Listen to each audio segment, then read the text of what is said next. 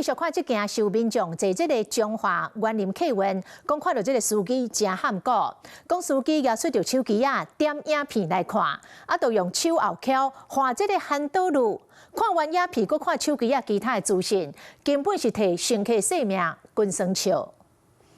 民眾坐客運，所看到司機真含的行為，明明閣佇咧洗車，司機所用手骨佇咧控制handle道路，兩隻手無用佇咧背手機遐，司機甚至食着好膽油畫佇咧看影片。司機目睭看熒幕看幾秒，有當頭起來看頭前，真無實行。乘客甲畫面翕落來，真濟人看到，攏感覺真喊苦，無要緊乘客的性命安全。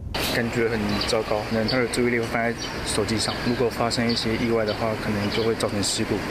危險的是會啊，我一定開甲恁投訴。想會職業駕駛佮公然違法佇咧耍手機遐，和其他客運司機嘛看袂出。有一定的危險性在啦，因為你要去分析說。